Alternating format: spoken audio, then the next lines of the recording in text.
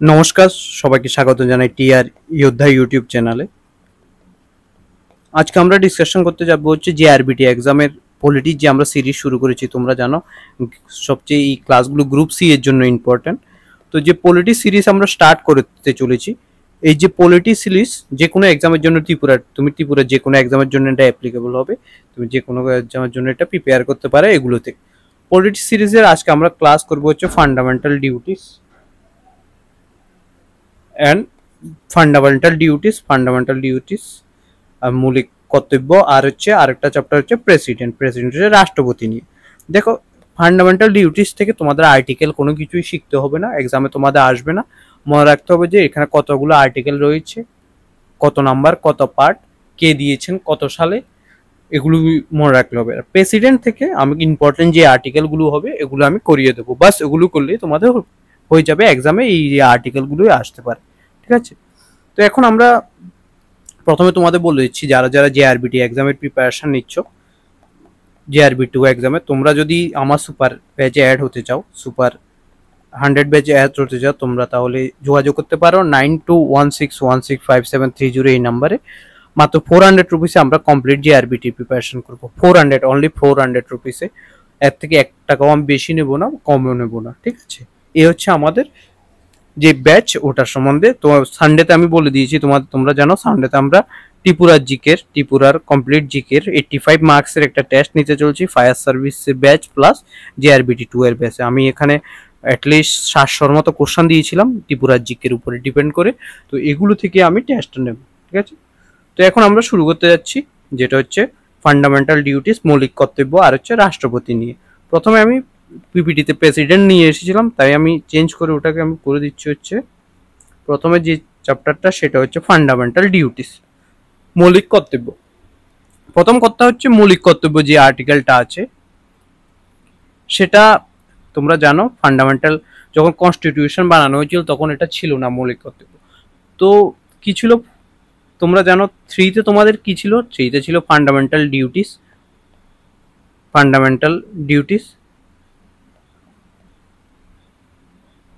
Sorry মৌলিক fundamental right ছিল, ঠিক আছে? তো ফান্ডামেন্টাল। আর 4-এ কি ছিল? 4-এ ছিল হচ্ছে তোমাদের DPSP, director principal of state policy, ঠিক আছে?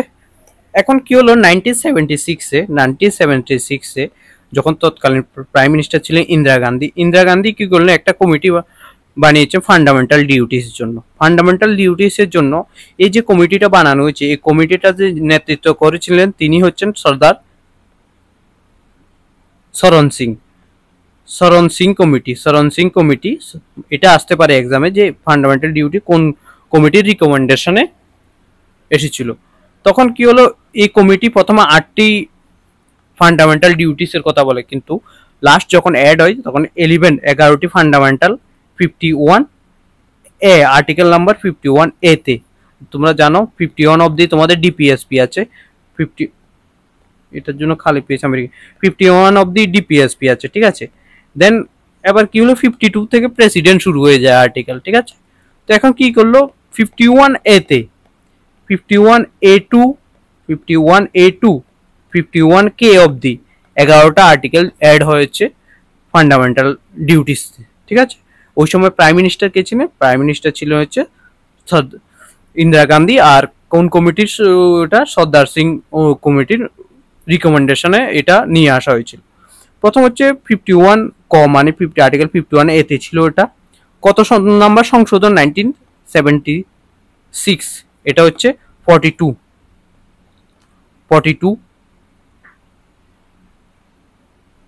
সরি 82 76 সরি 42 অ্যামেন্ডমেন্ট, যেটাকে মিনি কনস্টিটিউশনও বলা হয়, এখানে এটা অ্যাড হয়েছিল, ঠিক আছে? মৌলিক কর্তব্য ভারতের সংবিধানে কোন অংশে রয়েছে? 4র্থ অংশে রয়েছে। এটা আসতে পারে এক্সামে। কয়টি মৌলিক কর্তব্য রয়েছে? 11টি। আমি তোমাদের বলে দিচ্ছি। মৌলিক কর্তব্য 86তম সংশোধনে 11 নম্বর যে প্রথমে 10টি মৌলিক কর্তব্য ছিল, ঠিক আছে? এবার 86 যে কনস্টিটিউশনাল অ্যামেন্ডমেন্ট হয়েছিল, প্রথমে 10টি ছিল, ঠিক আছে, 8টি রিকমেন্ড করা হয়েছিল বা 10টি অ্যাড হয়েছে। তারপর 11 নম্বর যেটা আছে, 11 নম্বর এটা অ্যাড হয়েছিল 86 কনস্টিটিউশন অ্যামেন্ডমেন্ট অ্যাক্ট 2002-তে। ঠিক আছে, কোথায় থেকে মৌলিক কর্তব্য নেওয়া হয়েছে? ইউএসএসআর মানে হচ্ছে রাশিয়া থেকে, এখনকার দিনে রাশিয়া, ওই সময় ছিল হচ্ছে ইউএসএসআর। ঠিক আছে, এবার যখন বললো যে মৌলিক কর্তব্যগুলি কি আদালতে এনফোর্সেবল মানে হচ্ছে তুমি কি যদি সাপোজ তুমি আর কেউ মৌলিক কর্তব্য ভায়োলেট করে তুমি কি আদালতে যেতে পারবে না, এটা হবে না। বাট অনলি ফান্ডামেন্টাল রাইটসই হবে, ডিপিএসপি ডাইরেক্টর প্রিন্সিপাল স্টেট পলিসিও হবে না। সকল ভারতীয় নাগরিকের জন্য মৌলিক কর্তব্য লাগু হয়। এই হচ্ছে তোমাদের মৌলিক কর্তব্য, ফান্ডামেন্টাল ডিউটিস। এগুলোই শিখলে তোমাদের ফান্ডামেন্টাল ডিউটিস থেকে কোশ্চেন আসবে, আর কিছুই আসবে না। স্পেশালি টিপিএসসি তো এর থেকে বেশি কিছু আসবে না, specially group C group D যতগুলো আছে এক্সামে এগুলোতেই হয়ে যাবে। ঠিক আছে, নেক্সট যে টপিকটা সেটা হচ্ছে প্রেসিডেন্ট। ঠিক আছে, প্রেসিডেন্টের আমি তোমার শুরু করছি। প্রেসিডেন্ট আর্টিকেল নাম্বার 52-তে বলেছে কোনো একটা স্টেটে প্রেসিডেন্ট। প্রথম হচ্ছে প্রেসিডেন্ট কোন পার্টে আছে, পার্ট নাম্বার 4-এ ইউনিয়ন, পার্ট নাম্বার 5-এ ইউনিয়ন এক্সিকিউটিভ এই পার্টে আছে। ঠিক আছে, ভারতের প্রেসিডেন্ট কিভাবে নির্বাচন করেন সেটা হচ্ছে ইলেকশন কমিশন। এখন কথা হচ্ছে যে ভারতের যে প্রেসিডেন্টের ইলেকশন হয়, তোমরা জানো, তোমরা শুধু প্রাইম মিনিস্টারের ইলেকশনের জন্য ভোট দান করো, প্রাইম মিনিস্টার ভোট দান করো। আরেকটা হচ্ছে সিএম বা এমএলএ এর জন্য। ঠিক আছে, বা এখানে হচ্ছে এমপির জন্য। ঠিক আছে, এটা হচ্ছে তোমাদের ভোট আমরা যেটা দিই, বা পঞ্চায়েতি যে ভোট, পঞ্চায়েতের ভোটের জন্য ভোট দিই। কিন্তু প্রেসিডেন্টের ভোটে আমরা ভোট দিই না। প্রেসিডেন্টের ভোট কিভাবে হয়, এমএলএ প্লাস এমপি। এমএলএ হচ্ছে স্টেটের, এমপি হচ্ছে লোকসভা আর একটা হচ্ছে রাজ্যসভা।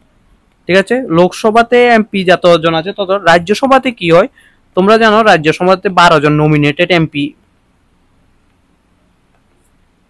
আসেন। ঠিক আছে, ওনারা কিন্তু ভোট প্রদান করেন না, যারা নমিনেটেড আছেন তারা ভোট প্রদান করেন না প্রেসিডেন্টের ইলেকশনে। এটা একটু ঘুরিয়ে প্রশ্ন বলে বলতে পারে তোমার, যে নমিনেটেড এমপি যারা আছে তারা ভোট প্রদান করেন না, ভোট প্রদান করেন না। তো এই যে ভোটিং সিস্টেমটা হয় এমএলএ এমপি, এটা কিভাবে হয়? সিঙ্গেল ট্রান্সফারেবল ভোটিং সিস্টেম হয়, সিঙ্গেল ট্রান্সফারেবল ভোটিং সিস্টেমে ভোট হয়। 50 জন প্রপোজ করবে আর 50 জন আর হতে হবে, 50 জন থেকে সাইন নিয়ে তারপরে এটা হয়। ঠিক আছে, মনে রাখবে এটা। এমএলএ এমপি ভোটদান পদ্ধতি কি সিঙ্গেল ট্রান্সপারেন্ট হবে, একক হস্তা অযোগ্য ভোট পদ্ধতি। আর ভোটটা কিভাবে সিঙ্গেল ট্রান্সপারেন্ট হবে এটাও আমি ডিসকাস করি। সাপোজ ধরো এক ক্যান্ডিডেট 2 3, প্রথমে একটা ভোট পেয়েছে, একটা ভোট পেয়েছে, এবার 3টা ক্যান্ডিডেটে ফার্স্ট রাউন্ডে একটা ভোট পেয়েছে। এবার কি হয়, এটা 2টা পেয়েছে, এটা একটা পেয়েছে, 3টা, সেকেন্ড রাউন্ডে মিলে যেই টোটাল ভোটটা যার বেশি হবে সেই জিতে যাবে। সেম এইভাবেই ইলেকশনটা হচ্ছে প্রেসিডেন্টের। তো এটা তোমাদের প্রয়োজন নেই, তারপর আমি বলে দিয়েছি। তারপর হচ্ছে কত বছরের জন্য নির্বাচন হয় প্রেসিডেন্ট, তুমি জানো। রাষ্ট্রপতি কত 5 বছরের জন্য নির্বাচন হয়। এইসব কোশ্চেনগুলো ইম্পর্টেন্ট হচ্ছে ফায়ার সার্ভিসের এক্সাম, তারপর যত ওয়ান ডে এক্সাম, একটা মাত্র এক্সাম হয় ওগুলোর জন্য। ঠিক আছে, নেক্সট হচ্ছে কত ম্যাক্সিমাম কতবার নির্বাচিত হতে, কোনো টাইম লিমিট নেই, ম্যাক্সিমাম কতবার নির্বাচিত হতে পারবে বা কত বছর পর্যন্ত। ঠিক আছে, মিনিমাম এজ 35 হতে হবে, মিনিমাম এজ 35 ইয়ার্স তোমার হতে হবে। ঠিক আছে, যে প্রেসিডেন্টের ইলেকশন খালি হলে কে দায়িত্ব পালন করবে?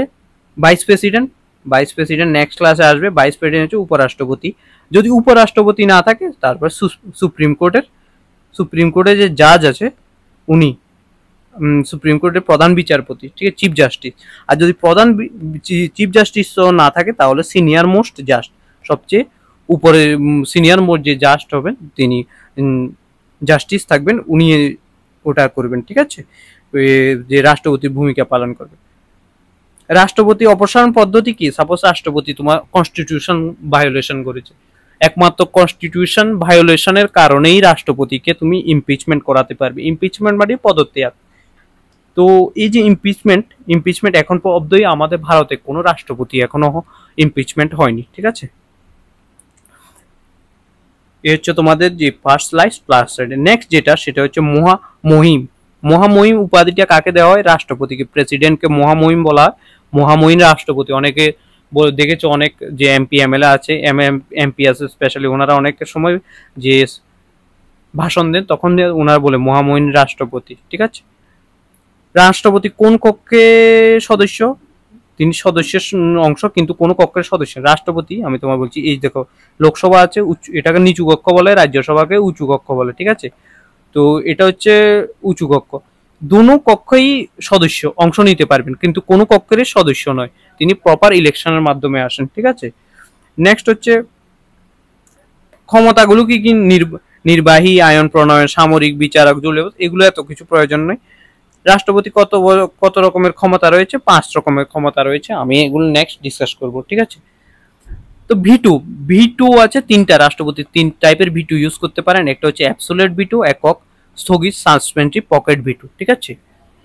তো যদি বলে ভি টু কত টাইপের, 3 টাইপের ভি টু গুলো কি কি? অ্যাবসোলিউট, একক, সাসপেন্সিভ, স্থগিত, আর পকেট হচ্ছে পকেট। রাষ্ট্রপতি কাকে প্রধানমন্ত্রী নিয়োগ করবেন? দেখো সাপোজ তোমরা লোকসভার ইলেকশন করো, ভোট দিয়েছো, সাপোজ পিএম নরেন্দ্র মোদী, কোন পার্টি?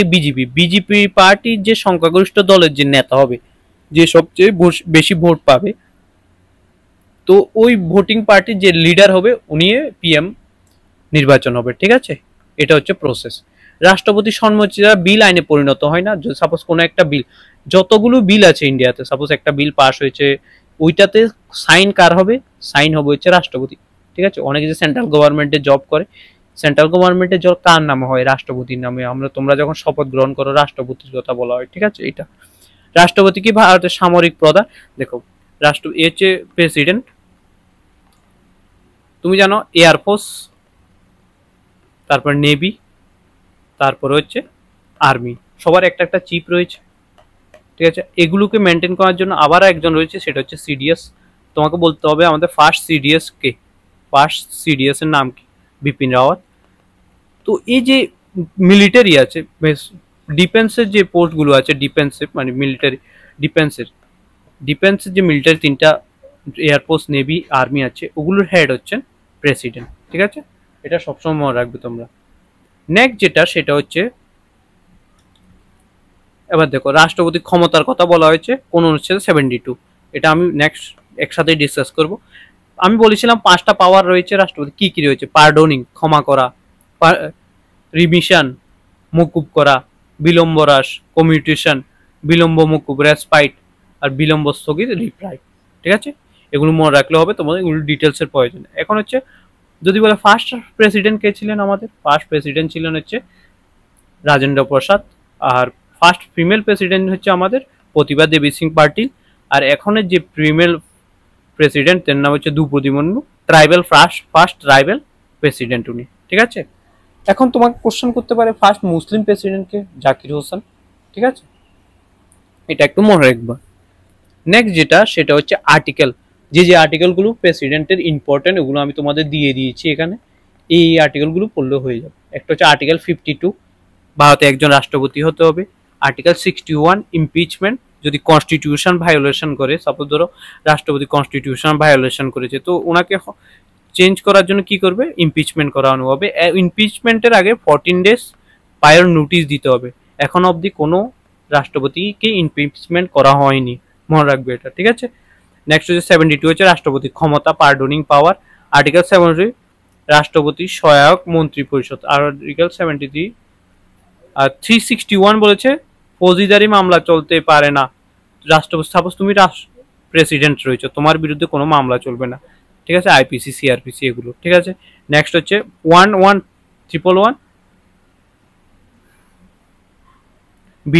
ভি টু পাওয়ার। তুমি জানো 3 টাইপের ভি টু আছে, আমি তোমাদের পড়িয়েছিলাম, দেখে নাও একবার 3 টাইপের ভি টু কি কি। একটা হচ্ছে অ্যাবসোলিউট ভি টু, আর একটা হচ্ছে পকেট ভি টু, আর একটা হচ্ছে সাসপেন্সিভ ভি টু। তো এই যে ভি টু আছে, ভি টু হচ্ছে 111 নম্বর আর্টিকেল নাম্বারের ভি টুর কথা বলা হয়েছে, ঠিক আছে। এই হচ্ছে রাষ্ট্রপতির যত ইম্পর্টেন্ট আর্টিকেল ছিল আর ফান্ডামেন্টাল ডিউটিস যত ইম্পর্টেন্ট আর্টিকেল এগুলো। তো এই হচ্ছে আজকের ক্লাস।